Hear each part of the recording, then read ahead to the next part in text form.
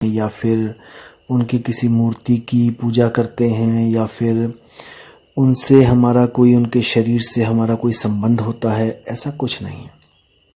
आखिर कबीर साहब की भक्ति में क्या है ऐसा जो हम सब कुछ छोड़कर केवल उन्हीं के द्वारा बताया हुआ ज्ञान समझने और उस पर अमल करने में जोर देते हैं? इसको आपको समझना पड़ेगा। कई लोग कबीर साहब की भक्ति को सोचते हैं कि कबीर साहब हमें धर्मों से अलग कर रहे हैं, हमें हिंदू से मुसलमान बनने को कहते हैं या मुसलमान से हिंदू बनने को कहते हैं, या फिर हमें अपने धर्म से विपरीत चलना पड़ेगा। ऐसा कुछ नहीं है दोस्तों। सबसे पहले तो हमें जानना पड़ेगा कि हमारे धर्म ग्रंथ हमें क्या कहते हैं।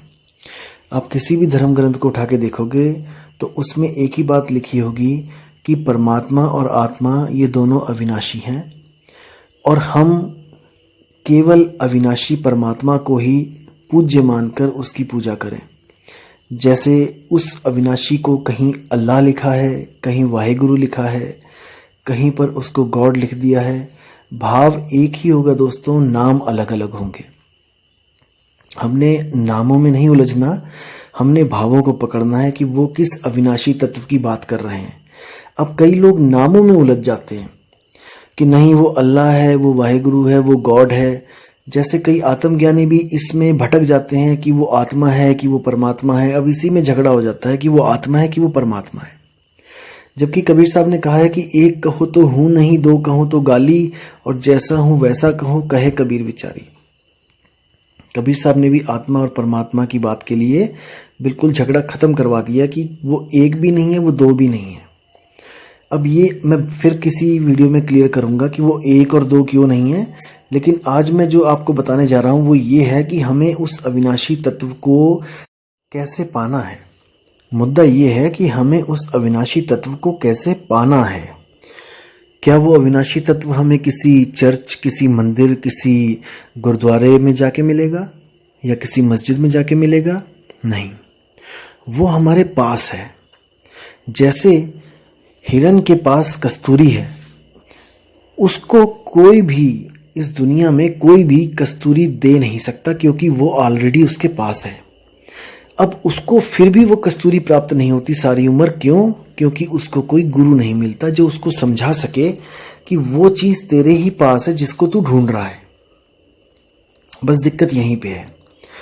हम भी क्या करते हैं, हम सारी उम्र खुद से ढूंढने में लगे रहते हैं। जैसे एक हिरन सारी उम्र अपनी कस्तूरी को ही ढूंढता रहता है और अंत में वो एक दिन मौत को प्राप्त हो जाता है, लेकिन उसको सारी उम्र वो कस्तूरी नहीं मिलती और वो कस्तूरी उसके पास होते हुए भी उसकी कोई मदद नहीं कर सकती। इस पे विचार करना पड़ेगा दोस्तों, मैं क्या कहना चाह रहा हूं। जैसे आपको पता है कि हर संत कहते हैं कि परमात्मा हमारे पास है, आत्मा हमारे पास है। दोस्तों वो हमारे पास है, लेकिन वो हमारे पास होती हुई भी हमारी मदद नहीं कर सकती, वरना आज तक वो सबको मिल गई होती। आपने विचार करना है। आत्मा भी हमारे पास है, परमात्मा भी हमारे पास है, लेकिन फिर भी हम युगों युगों से भटक रहे हैं। कारण क्या है? हमें कोई ऐसा सदगुरु नहीं मिल रहा है जो हमें उस आत्मा का, उस परमात्मा का लखाव करा दे, जो उसको लखा दे।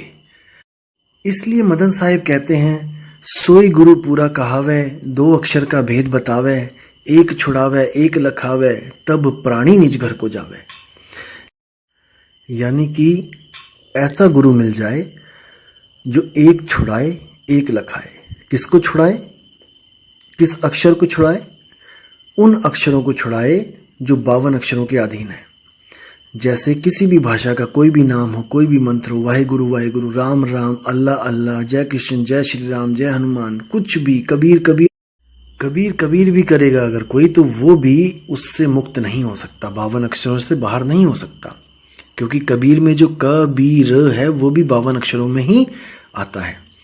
तो कबीर साहब ने भी बोला है कि मुख से कहे कबीर कबीर, तो ना कटे काल की पीर, नाम हमारा सब जग लेता, भेद हमारा कोई ना कहता, मेरा भेद पावेगा सोई, जाका सतगुरु पूरा होई।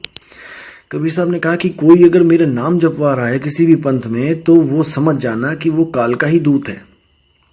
वो आपको किसी ना किसी लोक में भेज देगा। कोई डुप्लीकेट सतलोक, कोई डुप्लीकेट अनामी लोक, कोई डुप्लीकेट अलख लोक, कोई डुप्लीकेट अकह लोक। इन्हीं डुप्लीकेट लोकों में आप हमेशा आते जाते रहोगे। लेकिन कबीर साहब का जो सतलोक है, जो मैंने आपको पिछली वीडियो में बताया था कि क्या है सत और क्या है लोक, जब आप उस सत्य स्वरूप, शब्द स्वरूप में जब समाओगे, तब आपको पता लगेगा कि असल में आपकी हस्ती क्या है। एक छुड़ावे एक लखावे। जो छुड़ाने वाली चीज है वो मंत्र, उन्हीं मंत्र के द्वारा क्या है, मन सिमरण कर रहा है। इस मन को भी छुड़वा दे, क्योंकि मन ही आपको बेवकूफ बना के बैठा है। इस जीव आत्मा को मन ही भटकाता है। मन के मते न चालिए, मन है पक्का दूत।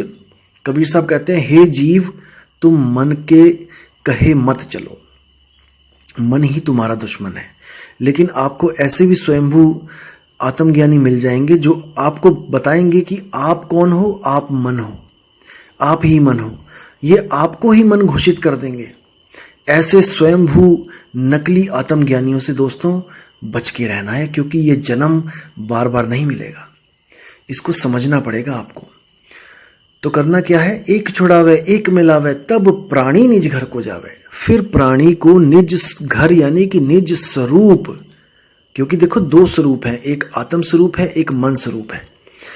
मन स्वरूप को छुड़वा दे और आत्म स्वरूप का लखाव करा दे, तो आपकी सुरती जो मन में अटकी पड़ी है, जो मन और तन में उलझी पड़ी है, जिस मन ने आपकी सुरती को उलझा रखा है, वो कहाँ जाएगी? वो जाएगी सत्य स्वरूप में, शब्द स्वरूप में। जैसे बीजक में साखी में कबीर साहब ने बोला है कि हम हैं शब्द, शब्द हम माही, शब्द बिना दूसर कछु नाही। यानी कि हम शब्द स्वरूप हैं और 52 अक्षर हमारे ही स्वरूप से पैदा होते हैं। वो शब्द, 52 शब्द भी हमारी आत्मा के अंदर से ही निकलते हैं, आत्मा के द्वारा ही प्रकट होते हैं। तो कहते हैं हम हैं शब्द, शब्द हम माही। ऐसे जैसे वो शब्द हैं, ऐसे ही हम भी शब्द हैं। तो साहिब कहते हैं, शब्द हमारा तू शब्द का, सुन मत जा सरक, जो चाहे निज रूप को, तो शब्द ही ले परख। बीजक में साखी है। कबीर साहब कहते हैं, मुझ में और तुझ में कोई भेद नहीं है, कोई अंतर नहीं है।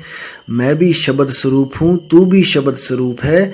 बस मैं अपने आप को जानता हूं और तू अपने स्वरूप को भूल चुका है। इसलिए तू एक जीवात्मा कहलाता है और मैं सत्य पुरुष कहलाता हूं, परम पुरुष कहलाता हूं, आदि पुरुष कहलाता हूं, ज्ञानी पुरुष कहलाता हूं। बस यही फर्क है, और ऐसा कुछ नहीं है कि कबीर साहब में कोई रिद्धियां सिद्धियां, कोई ऐसे भंडार भरे हैं। अरे आपकी आत्मा में भी बहुत से भंडार हैं। आपकी आत्मा में इतनी ताकत है कि इन लाशों को चला रही है। क्या आप में कम रिद्धि सिद्धि है क्या? एक लाश, जो मिट्टी का शरीर है, वो लाश ही है। जब तक आपकी आत्मा उस लाश से अटैच है, देखो कैसे वो चल रहा है, फिर रहा है, खा रहा है, पी रहा है। इतनी ताकत है आपकी आत्मा में। और जैसे ही आत्मा अलग होती है, वैसे ही वो मिट्टी का शरीर निर्जीव होके गिर पड़ता है। सोचो कितनी ताकत है आपकी आत्मा में कि वो एक मुर्दे को जीवित कर सकती है। इससे बड़ी तो सिद्धि कोई नहीं हो सकती ना, मुर्दे को जीवित कर देना। तो आपकी ही आत्मा में ये गुण है, आपकी ही आत्मा में ये शक्ति है, लेकिन हम सब इसको भूल चुके हैं। तो कबीर साहब कहते हैं, हंसा तू तो सबल था, हल्की तेरी चाल, रंग कुरंगी पड़ गया, ताते हुआ बुरा हाल। मतलब हे जीवात्मा, तू इतना सबल था, तू इतना परिपूर्ण था कि तुझे किसी चीज का भय नहीं था। तू जन्म मरण के चक्रों से परे था। तू 5 तत्व, 3 गुण, 25 प्रकृतियों से परे था। तू मन माया से परे था। तू शुद्ध रूप चैतन्य था। लेकिन भूलवश तूने जो एक गलती करी, उस गलती को तू आज तक सुधार नहीं पाया। अगर तू खुद सुधार सकता होता तो अब तक तो कब का सुधार लिया होता। लेकिन आज भी तू यहीं भटक रहा है इसी दुनिया में। इसका मतलब युगों युगों से तू गलतियां करता आ रहा है और तू आज तक उस सही ठिकाने नहीं पहुंच पाया है। ये प्रमाण है, ये प्रमाण है कि हम लोग आज यहां भटक रहे हैं। यही प्रमाण है कि हम लोग आज भी फंसे हुए हैं। और ऐसा ही समय आने वाले जन्मों में भी आएगा। हम ऐसे ही बैठे होंगे और ऐसे ही विचार कर रहे होंगे कि हम कैसे निकलें। अब याद रखो दोस्तों कि अनंत युगों तक अगर उस आत्मा ने हम पे कृपा नहीं करी तो अब कैसे कर सकता है। अनंत युगों तक अगर उस परमात्मा ने हम पे कृपा नहीं करी तो अब कैसे कर सकता है। अभी भी नहीं करेगा और वो कभी भी नहीं करेगा जब तक हमने एक भेदी सतगुरु की शरण ना ली तो।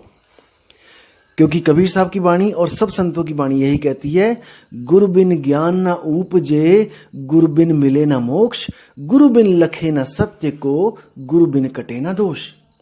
बिना गुरु के आपका ज्ञान हो ही नहीं सकता, आपको कल्याण वाला ज्ञान मिल ही नहीं सकता। आपको ज्ञान तो हो सकता है बिना गुरु के। कैसा ज्ञान? इस 3 लोक का ज्ञान। आप किसी भी तरफ किसी भी सड़क पे जाओ जहां पर कोई भी ना हो, आप उस सड़क पे जाओ, 1 किलोमीटर 2 किलोमीटर चलो, आपको ज्ञान हो जाएगा कि इस सड़क पर क्या क्या चीज थी, क्या क्या मैंने वहां पर देखा। ये ज्ञान आपको स्वयं हो रहा है, प्रकृति से आप तक पहुंच रहा है, आपको गुरु बनाने की जरूरत नहीं है। लेकिन जब आप आत्मज्ञान में आते हो तो वहां पर भेद होते हैं, रहस्य होते हैं। रहस्य तब तक नहीं पता चलते जब तक कोई रहस्यों को जानने वाला हमें ना बताए। इसलिए बोला गया है कि सोई गुरु पूरा कहा है, 2 अक्षर का भेद बताए। भेद यानी कि रहस्य। वो रहस्य जब तक आपको नहीं पता लगेगा, जब तक आप कदापि मुक्त नहीं हो सकते।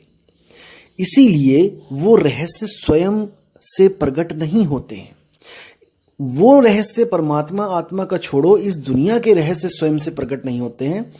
कोई आपके खिलाफ षड्यंत्र रच रहा है, तब आप किसी ना किसी से पूछोगे कि भाई वो मेरे लिए क्या बोल रहा था, वो मेरे खिलाफ क्या बोल रहा था। आपको पता लग गया कि कोई बंदा आपके खिलाफ कुछ कर रहा है, तो आप स्वयं से नहीं जान सकते कि वो मेरे खिलाफ क्या कर रहा है।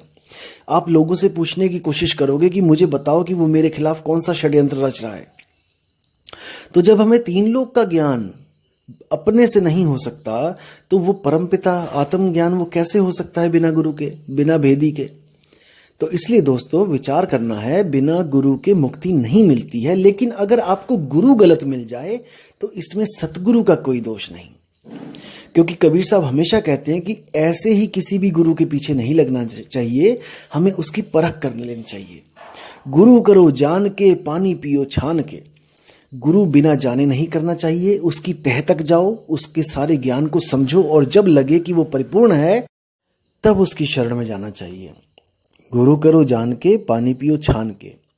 पानी छानने को क्यों बोला गया है? क्योंकि पुराने समय में क्या था कि जब हम पानी पीते थे किसी कुएं से, किसी नदी से, किसी पोखर से, तो उसमें छोटे छोटे जीव आ जाते थे और उन जीवों को हम सीधे पानी के द्वारा शरीर में प्रवेश करवा देते थे। उससे बीमारियां होती थी और जीव हत्या भी लग जाती थी। तो कबीर साहब ने बोला कि पानी पियो छान के, बिना छाने पानी नहीं पीना है, क्योंकि सूक्ष्म सूक्ष्म जीव वो मर भी जाते हैं और वो हमारे शरीर का नुकसान भी करते हैं। लेकिन आज बिल्कुल उलट हो चुका है। आज क्या है कि गुरु करो छान के और पानी पियो जान के। मतलब कि बिना गुरु को छाने, यानी कि 100 गुरु 1000 गुरुओं को छानो कि उनमें ज्ञान क्या है, क्या बता रहे हैं, कैसे मुक्ति मिलेगी। और पानी पियो जान के का मतलब ये है कि आज टंकी का पानी हो, चाहे किसी आरओ का पानी हो, चाहे किसी बाल्टी का पानी हो, चाहे बाथरूम में जो पानी पड़ा है वो हो, किसी में भी आपको कीड़े नहीं दिखाई देंगे। छानने की जरूरत नहीं है, अब है जानने की जरूरत। आपको कोई पानी पिलाता है तो उसको पूछो, भाई ये आरओ का पानी है, ये बाल्टी का पानी है, या ऊपर वाली टंकी का पानी है, ये कहाँ का पानी है। तो उसको जान के पीना पड़ेगा आपको। तो कहने का मतलब यही है कि बिना परख किए किसी के भी शरण में नहीं जाना है। इन झूठे गुरुओं की इनकी मौज लगी हुई है, क्योंकि जीव परख नहीं करता। अगर ये जीव परख करने लग जाए तो किसी भी झूठे गुरु की दुकान में कोई भी बंदा आपको खड़ा नहीं मिलेगा। क्योंकि अगर आपको पता ही लग जाए कि ये इस दुकान पे झूठ बिक रहा है, तो आप कोई मूर्ख थोड़ी नहीं हो जो वहां पे जाओगे। मूर्ख तो तब तक बने रहते हो जब तक विवेक नहीं लगाते हो, विचार नहीं करते हो। तो भाई संत आपको विचार भी देंगे और विवेक भी देंगे, लेकिन सत्य असत्य का निर्णय तो आपको स्वयं करना पड़ेगा कि जो आप बात सुन रहे हो ये सच है या ये झूठ है, ये आपको देखना है। हम लोग तो केवल एक विचार दे सकते हैं, आपको विवेक दे सकते हैं, एक आपको गाइड दे सकते हैं, एक आपको परख दे सकते हैं, लेकिन वो परख यूज आपने ही करनी है। तो वीडियो ज़्यादा लंबी हो रही है तो मैं इसको पूर्ण विराम देता हूँ और अगली वीडियो में आपको बताऊंगा कि एक कहो तो हूँ नहीं, दो कहो तो गारी, इसका असली अर्थ क्या है। ठीक है दोस्तों, आप अपना कीमती समय दे रहे